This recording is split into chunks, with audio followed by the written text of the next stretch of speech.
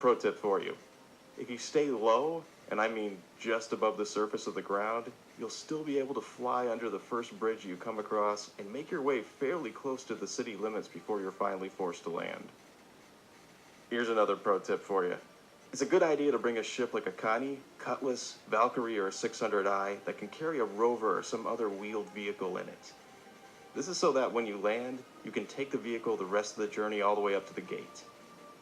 Gravlev bikes won't do. For some reason, as it stands, using them violates the no-fly zone. This may change in the future, and I hope it does, but for now, you can only take a Cyclone or an Ursa. It's gotta be something with wheels on it that hugs the ground. Otherwise, it's gonna be close to a 12-minute walk for you. The other way to go is to land directly in the spaceport. This is by far the easiest way to go, and is also gonna be the easiest to explain. You can see the Tessa spaceport as you descend down into the city. It's a large open square of space located in the center of it. The perimeter of the no-fly zone is indicated by a series of holographic markers that form its borders. Make sure to be aware of their location as you descend, and just keep to the center of them and you'll be fine. Keep going till the prompting from the Lorville landing service appears on your MFD, click on it, and then land in the hangar that they provide. Now here's the catch. There's only a limited number of hangars, and nearly every time I've arrived, they've already been filled so that you can't land.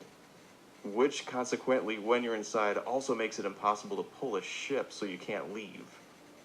Which means if you really want to land or leave the port, you're going to have to land at one of the gates and make your way in on foot for now. Well, that's going to be it for my overview on how to land at the new Lorville site on Hurston. I hope this has helped out in some way to clear up some confusion you might have as to how it works. Thanks for tuning in, and take care. Okay, I did not, but I have so low frame rates, I cannot do that. Husk vores juleskrabelodder, der kan give op til 50% rabat. Vi ses i Superbrusen og Kvickly.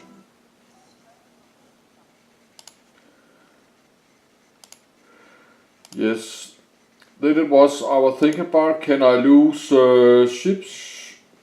Yes, what about the insurance? I got 3 months insurance, so no insurance, no money, just lost my ship, what to do? Hello, and welcome back to Star Citizen. Now, I really hope the title of this video wasn't too clickbaity. Sometimes I find it hard to really just pose the right question or the right title for something, for what I'm trying to do, and it comes off a little bit like I'm just trying to fish for people to click on something. But this was a tough one to try to summarize. Now, what it is basically is somebody had contacted me in the comments section and asked what seems like a very straightforward question, but the answer is anything but. And sometimes some questions, the answer cannot just be summed up and put in the comments section, not easily. Yes, that's poor. So I'm just going to jump right into it and talk about what they asked. Let's just look at what the current. Oh, I have not seen that. And then I'll be on my way. Yes, we have a trading. I have not seen that. I have to check this. Yes, I'm thinking about, I have a starter pack that says 3 months insurance, but what happened after 3 months? Do I need to buy, can I buy a new insurance? So I think, so how to buy insurance? Laramite is normal, diamond, meh, gold, more meh. Maybe I'll go for diamond depending on what the sell price is. And things are starting to liven up outside as we speak. We'll go ahead and go forward with my original plan. I'm just going to do a quick supply run in the background while I talk. Yeah, I could stand making a little extra cash. I've been buying up a lot of components lately, trying to do some research for a stealth video. And even though it didn't really hit me in the pocket too bad. Oh, and get this, the duplication bug is back. Every time I tried to duplicate my M50, which technically I don't even own one, kept duplicating over and over again. If this happens to you, just stop. Don't keep doing it. Resist the urge to keep duplicating 100 of the same ship in your fleet manager. because there is a point where you could just crash your system out. I don't want to find out what that limit is. So unfortunately, I had gotten 5 deep before I realized what I was doing, so no more. Should I just wait for the for the sounds of gunfire to subside outside before I actually pull my large ship? I don't know. Screw it. Let's live dangerously. Okay, so back to my original statement. The question that was posed to me was, somebody owns just a starter ship. Now, what happens if they let their insurance lapse and their ship gets destroyed? Are they just screwed? And the answer is no. I kind of tend to forget that some people are new to this game. This thing has been tackled again and again. Chris Roberts has spoken on this very subject on a number of different occasions, and they have made contingencies for this to happen to somebody. Now, the only thing I have to start with is to get into that position to begin with is going to be exceedingly difficult. Because if you really think about it, you know, you would almost have to be going out of your way to get stuck into that kind of position. You know, to be in a position where you have absolutely no money, your insurance lapsed, and you have nothing to fall back on. And I was kind of thinking about how would you even get into that position to begin with? Well, you would almost have to, I'm kind of a little curious that the gunfire has been going on for a while here. Sorry about the awkward pause. The first thing that you would have to do to get into that kind of position is for the first 3 months. Okay, so I need to explain this about insurance. Insurance is not going to start counting down until the game goes live. So when you buy the game, if you bought it like just recently, or if you buy it in the near future, your insurance doesn't kick in for quite a while. Like, it doesn't kick in until this game actually goes live, and right now it's in alpha, so you're not going to have to worry about insurance being a thing for a while now, and I'm going the wrong way. Okay. Insurance. This insurance, that's nothing is working right now. But I was wondering what happened after 3 months.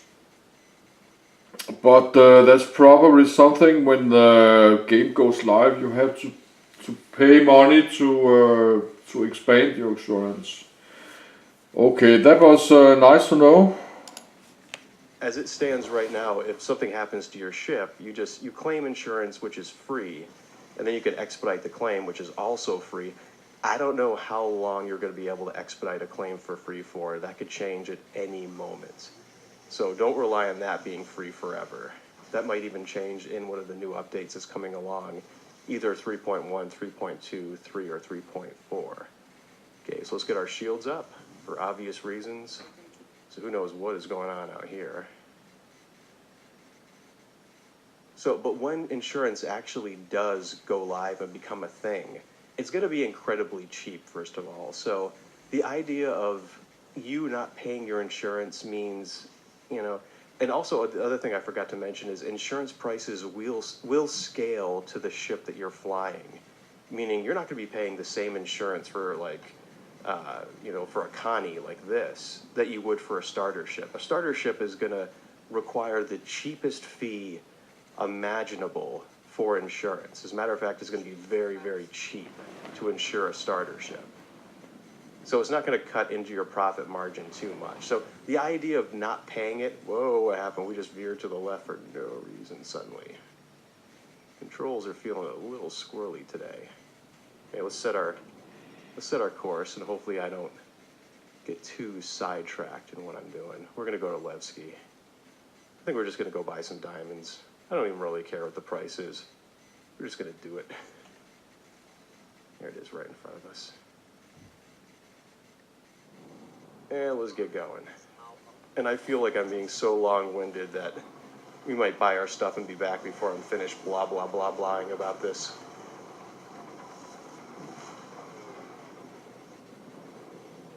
Alright. No, I wouldn't even fight one ship with this ship. That's not going to happen. Let's go. Let's go. We'll probably only be interdicted 3 or 4 more times. Interdiction, like, they toned it down a lot, but it still seems to happen a lot for these bigger ships. Smaller ones, not so much. My stealth ship hasn't been interdicted once yet, but I'm still sure that probably happens plenty to other people. So anyway, back to insurance. Where did I leave off? The price of insurance and how cheap it's going to be to insure your ship.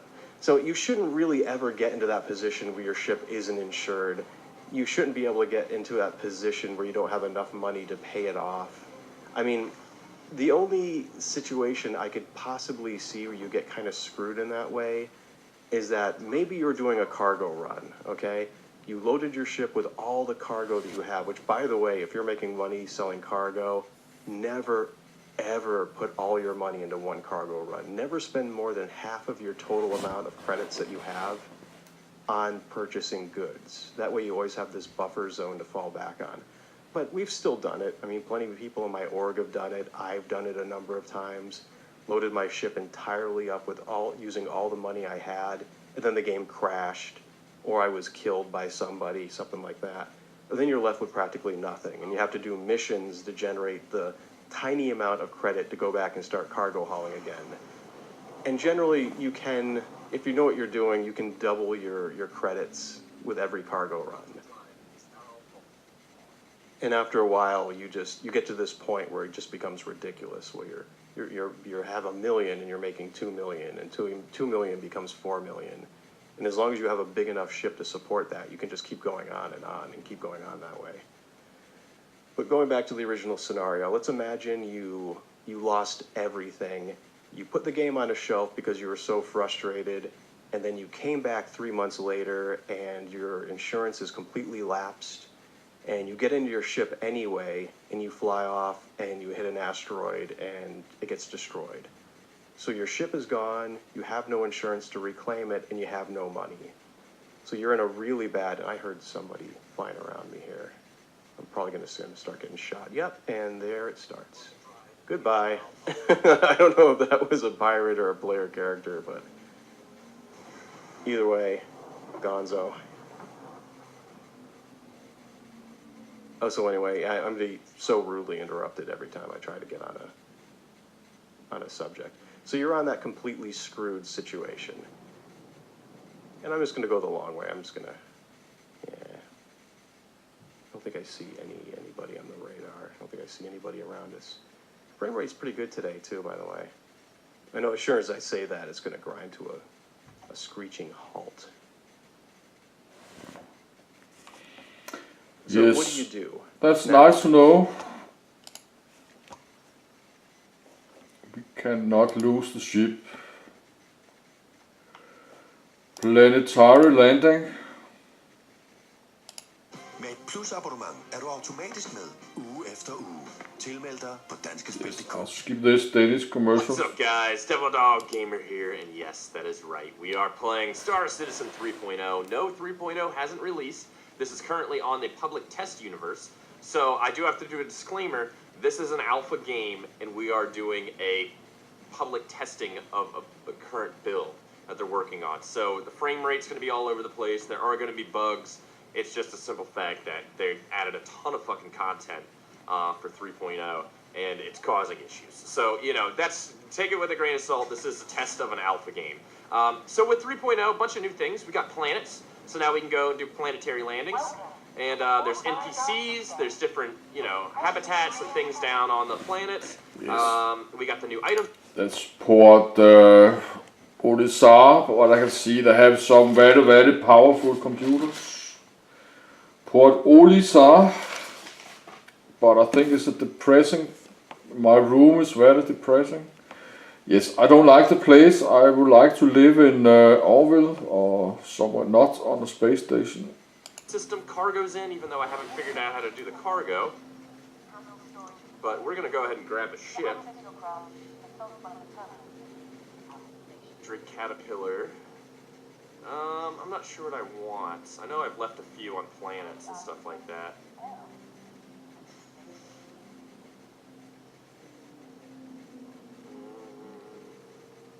Can't get the Freelancer. No Starfarer. Got many ships. Your ship has been delivered to the following landing pad. So we're going to go down to a planet and land. A10. All right. Thank you.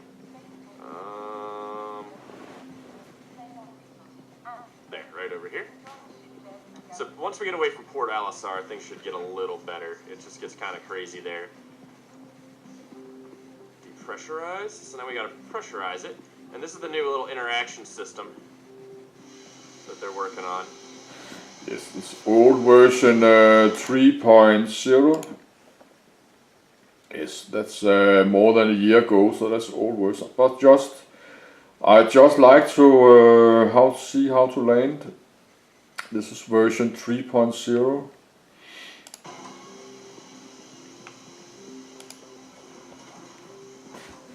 Oh Jesus! It doesn't help that I'm also recording, so that sends the tank shit at the same time. But yeah, this is the big update. They're adding planets, planetary landings, cargo, tons of missions, mission givers. I'm not sure if the mission givers are actually in. What doesn't help is people leaving their ships chilling in space like this, because they're fucking assholes. So there's just a ton of content. No, that's not the way I want to get in. That is the way I want to get in.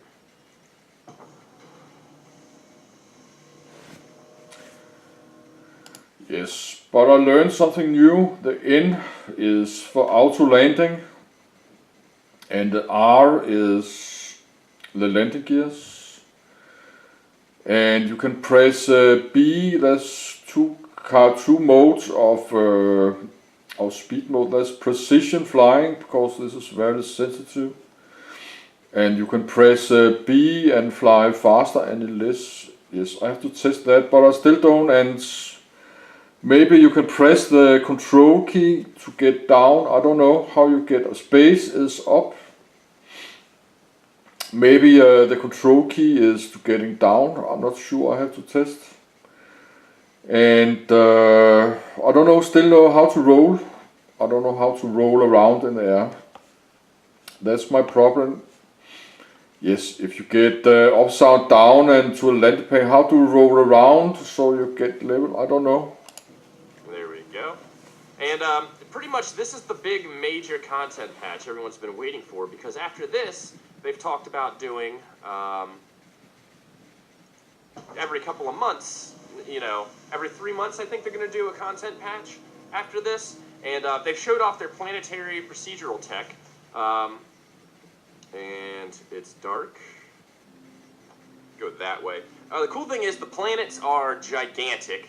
They also rotate, so they have day and night cycles, which is awesome. And I think if I go, yep, there we go. This will take me over to where I need to go. All right, there we go. So they have day and night cycles.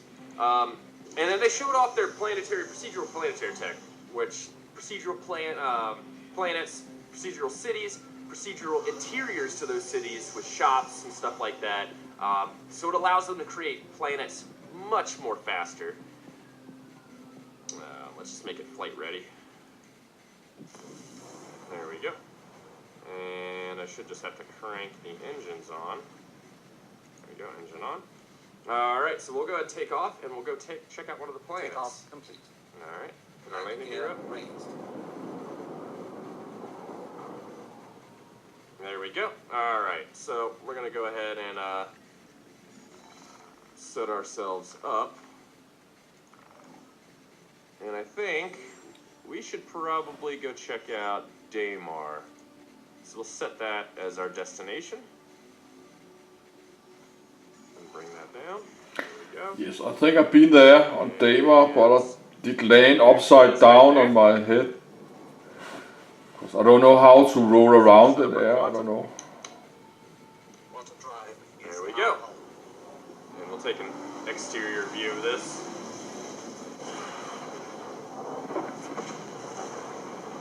Wahaha! Success! There we go. It's glorious. Quantum drive is now off.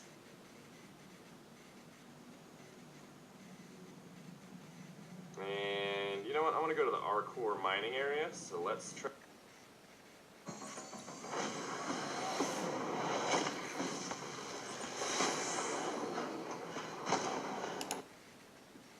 jump to here. Quantum drive There we is go. now off. This is a little jump point to kind of get around the planet, because the planet's freaking gigantic, if you haven't noticed. Quantum drive is now off. Alright, so we're going to flip her around, and it takes a hot minute. Yeah, 308 kilometers. This is going to take us a minute to get down to where we need to be. Yeah, I don't think we can jump to that. Nope. Alright, but it's going to take us a little hot minute to get down there. We'll throw our afterburners on. But yeah, the planets rotate day and night cycles. They orbit, which is fucking cool. So the solar system is really represented here. There's moons. This planet has an atmosphere. And it's really awesome. They actually showed off one of the new ships, the Pioneer, which you'll be able to go and land and use it to set up an outpost on these planets. And you could use them for whatever you want, like mining, you hide out, you know, things like that. There's just a lot of things that are coming down the pipe in Star Citizen that are just fucking amazing, dude. And not only that, now that we have cargo and there's missions and ways to make money, the next step is to add it to where you could buy these ships with actual currency that you earn in game and be able to buy it and purchase those ships to use, which is going to be awesome, especially for those people who complain that you only get ships for paying money, which isn't really true anyways, because you can literally rent them if you just, you know, with the currency. But being able to buy them would be really awesome. And hopefully that'll come soon. But yes, this is definitely the big patch we've been waiting for, and everything coming after this is just going to be amazing. Mining, the mining is going to be completely awesome. Bounty hunting, that's definitely cool. Can you imagine, like, intercepting ships carrying cargo and blasting a ship open and then going in and stealing its cargo and selling it for a profit? I mean, that's what you're going to get with cargo. It's going to be fucking amazing. Or even raiding people's outposts on planets, or, you know, just salvaging. It's, like, I cannot wait. Once they get this patch set up for public use, holy shit. It's going to be fucking legit, dude. They've shown so many awesome ships lately, and I just really love Star Citizen. I love everything they're doing. And, you know, you'll always get those naysayers that be like, oh, it's going to take forever to release. But, dude, the things they're doing in this game have never been done before, and they have to figure it out for themselves. And just the work they've been doing is just intense. If you watch any of the videos of their development progress that they put like weekly videos out, there's just been a ton of stuff that they've been doing that's just you've never seen, and it's just crazy. Alright, so this is going to take us a hot minute to get down to the planet, but once we start entering the atmosphere, we'll pick it back up. Alright, we're entering the atmosphere. As you can see, the heat's building up. Look at that shit. Unfortunately, Yes, but you can see he have a very strong gamer computer, so I got a gamer laptop, but it's not running very well. Yes, but that's true. The spaceships in the Star Citizen, they look super cool. You can walk around. This is very high quality. So just to try to, even there's not so many things to do, but just to fly the spaceships, big one. That's worth just the money to do it. right now there's no, you know, you can't blow up in re-entry, but I'm hoping in the future that'll definitely change. I would definitely like to see if you re-enter in a shit angle, it'll blast your ship to pieces, and you'll burn up on re-entry. Just fire our guns a little bit.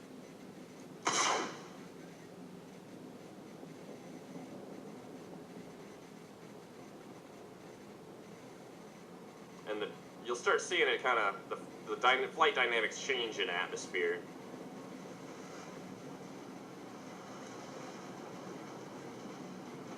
We're kicking the afterburner off.